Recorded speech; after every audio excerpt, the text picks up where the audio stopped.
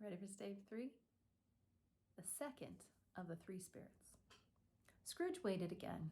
Now when the bell struck 1, he saw a ghostly light coming from the next room.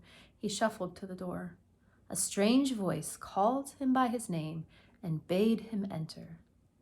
Ebenezer Scrooge. The room was hung with holly and mistletoe, and a mighty blaze went roaring up the chimney. Heaped up like a throne were geese, pies, plum puddings, chestnuts, oranges, pears, cakes, and punch. Upon this food couch there sat a jolly giant who held a glowing torch high up to shed its light on Scrooge.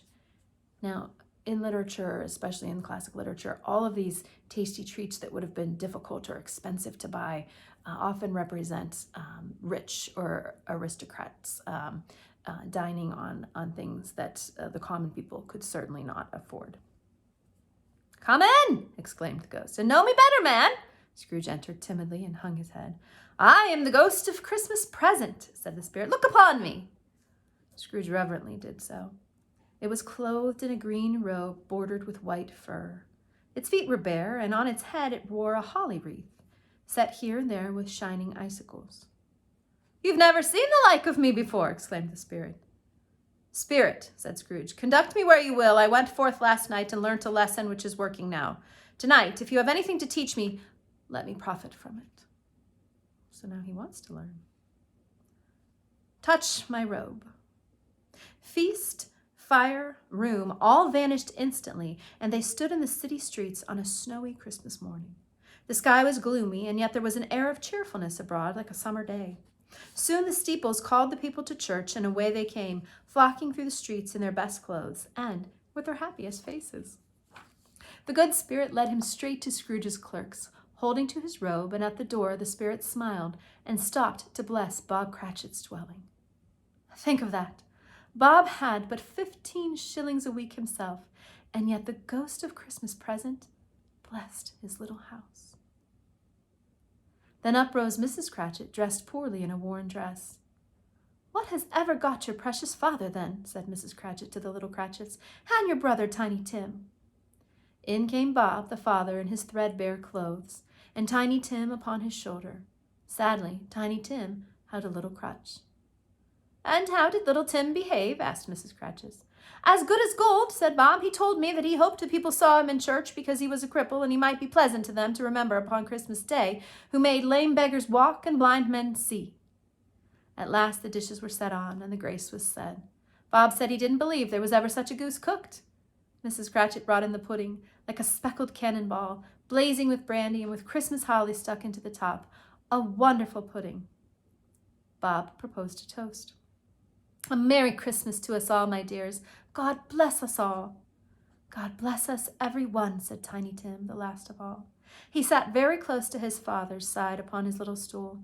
Bob held his withered little hand in his, as if he loved the child and wished to keep him by his side, and dreaded that he might be taken from him.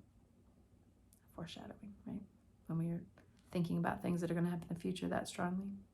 "Spirit," said Scrooge, with an interest he had never felt before, "tell me if Tiny Tim will live." "I see a vacant seat," replied the ghost, "in the corner, and a crutch without an owner carefully preserved. If these shadows remain unaltered by the future, the child will die."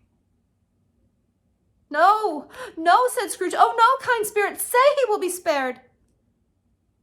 "If these shadows remain unaltered by the future, he will die this year," repeated the ghost. "What then? If he be like to die, he had better do it and decrease the surplus population." Whose words are those? Do you remember?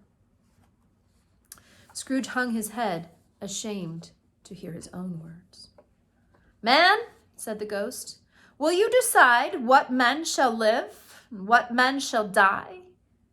It may be that in the sight of heaven, you are more worthless and less fit to live than millions like this poor man's child." But now Scrooge heard his own name.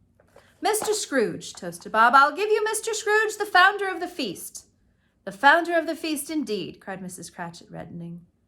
"My dear," said Bob's mild answer, "Christmas Day."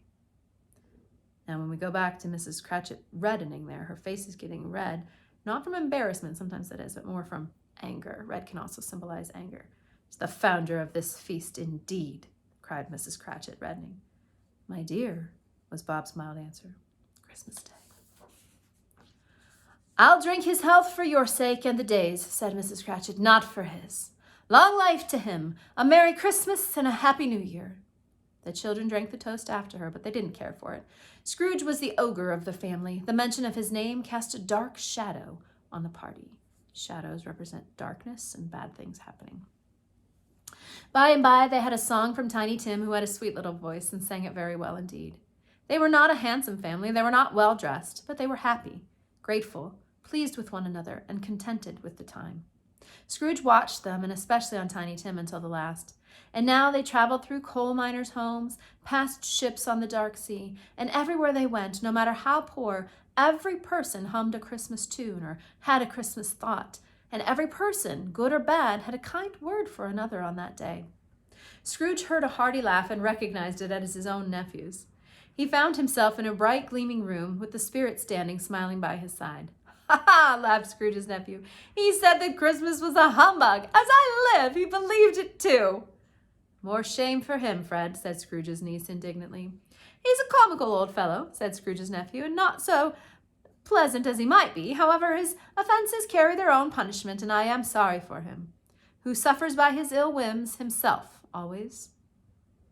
He's saying that, he feels bad for him because in the end, it's the person who does the bad things that ends up suffering the most. They had some music and played at games, for it is good to be children sometimes, and never better than at Christmas. They all played and sang, and so did Scrooge, singing quite loud. He begged like a boy to be allowed to stay until the guests departed.